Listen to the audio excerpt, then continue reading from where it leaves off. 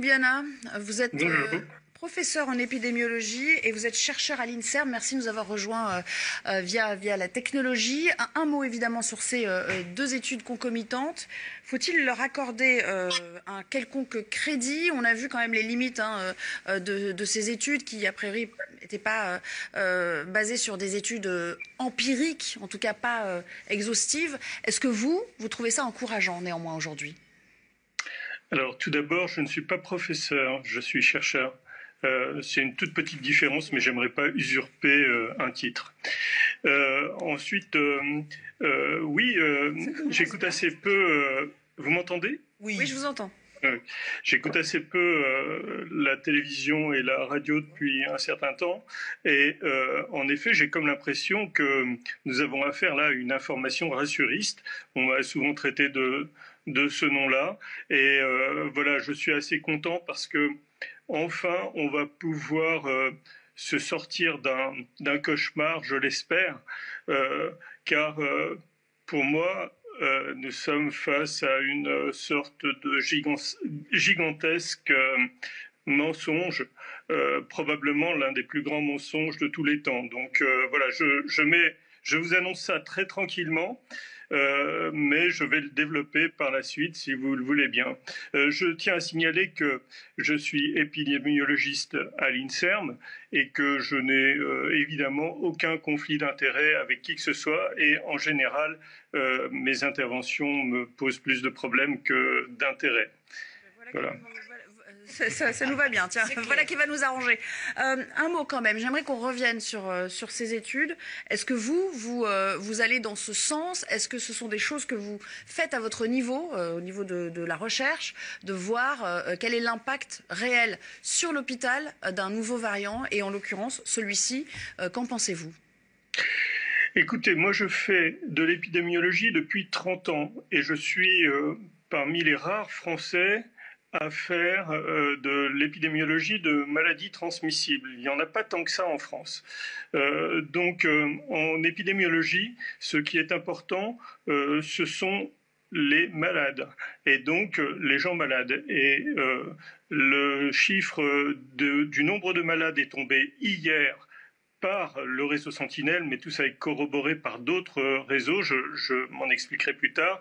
Le chiffre de malades, c'est exactement 40 malades en une semaine pour 100 000 habitants en France. 40 malades. Et comme je le disais, un autre réseau qui est tout à fait officiel, et vous pouvez aller voir les chiffres sont donnés, c'est libre, hein, tout le monde peut y aller, le réseau SOS médecins qui sont les premiers médecins à avoir des malades. Pour eux, c'est 33 malades en une semaine pour 100 000 habitants. On pourrait dire. Donc vous êtes en train de contredire les chiffres qui nous sont donnés. On nous mentirait. Les services de réanimation qui nous disent nous sommes exsangues, on ne peut plus accueillir grand monde, nous mentiraient également? Ou alors il y aurait une mauvaise appréciation des chiffres ou des pathologies? Alors écoutez, ça fait maintenant presque 2 ans, bientôt ça va faire 2 ans qu'on nous raconte à peu près la même histoire. C'est la 5e fois qu'on nous raconte, on a exactement le même scénario. Si vous voulez, les chiffres en admission hospitalière de cette semaine sont exactement de 12,9 admissions à l'hôpital pour Covid en une semaine pour 100 000 habitants. La semaine dernière, c'était 13,1. Donc c'est la semaine dernière que nous avons atteint un pic d'admission en hôpital. Voilà les chiffres. Et pour les admissions en soins critiques, c'est 2,8 admissions en soins critiques pour 100 000 habitants. J'aimerais quand même rappeler une chose. Oui. 100 000 habitants, ça fait quand même beaucoup, beaucoup de monde. Juste pour donner une petite échelle, pour 100 000 habitants, il y a 5 800 lits d'hôpitaux. Vous voyez, on a 12,9 admissions pour 100 000 habitants en une semaine et on a 5 800 lits d'hôpitaux pour la même population. Merci beaucoup en tout cas de nous avoir donné votre sentiment et je vous confirme, vous n'allez pas vous faire que des amis aujourd'hui en nous donnant tous ces chiffres, même si... Mais c'est pas grave parce que à terme, je sais que je n'ai pas d'amis depuis très très longtemps, mais ce que je dis, tout le monde peut le vérifier et j'espère que tout le monde sortira de cette torpeur invraisemblable dans laquelle nous sommes. C'est une torpeur, et Éric de Rijkmaten vient de le rappeler, qui coûte très cher à la population française. C'est 33 milliards, vient-il de dire. Il faut que les gens imaginent ce que ça représente pour leur budget, à eux, dans leur poche, qui a été pris pour une épidémie qui n'en est pas une en réalité.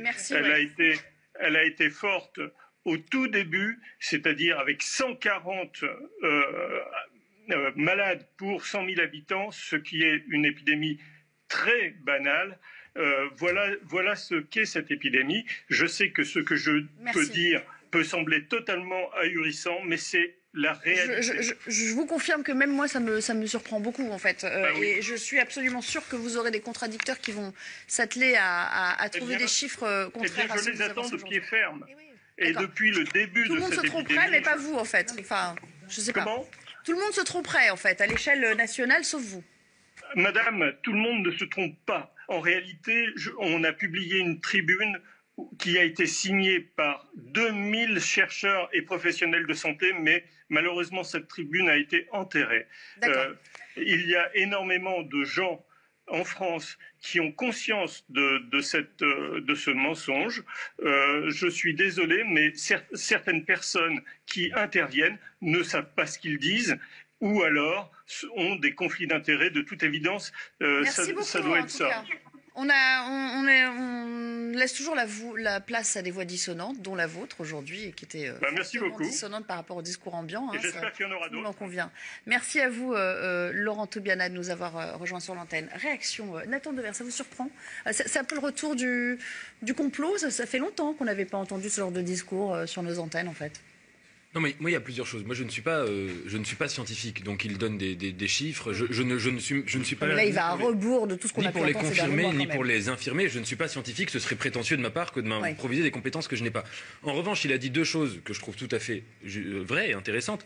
Premièrement, il a parlé de torpeur, c'est-à-dire d'un problème de proportionnalité de cette épidémie. Que, en effet, dans l'histoire de la médecine, il y a eu des crises et des maladies beaucoup plus graves et beaucoup plus importantes que l'apparition du coronavirus. Et il y en aura, sans être prophète de malheur, il y en aura sans doute dans les prochains siècles des maladies beaucoup plus graves qui apparaîtront que ce coronavirus, premièrement. Deuxièmement, qu'en effet, on a eu un problème de proportionnalité même par rapport à la société française. Et là, il avait raison quand il soulignait quand même le coût, même économique, que ça a coûté cette épidémie. Est-ce qu'il n'y a pas des problèmes plus graves?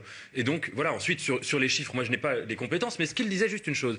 Quand il dit ce n'est pas une épidémie, il y a une philosophe qui s'appelle Barbara Stiegler qui a écrit un livre très intéressant où elle cite un scientifique qui disait que cette épidémie n'était pas tout à fait une épidémie, puisque en fait c'était une épidémie qui frappait des gens qui étaient déjà vulnérables socialement et qui s'en prenait aux gens qui étaient les plus vulnérables. Et donc qu'il ne fallait pas tout à fait l'appeler épidémie ou pandémie, et que ce n'était pas cette catégorie médicale. Parce que le principe d'une épidémie, c'est que ça frappe tout le monde et dangereusement.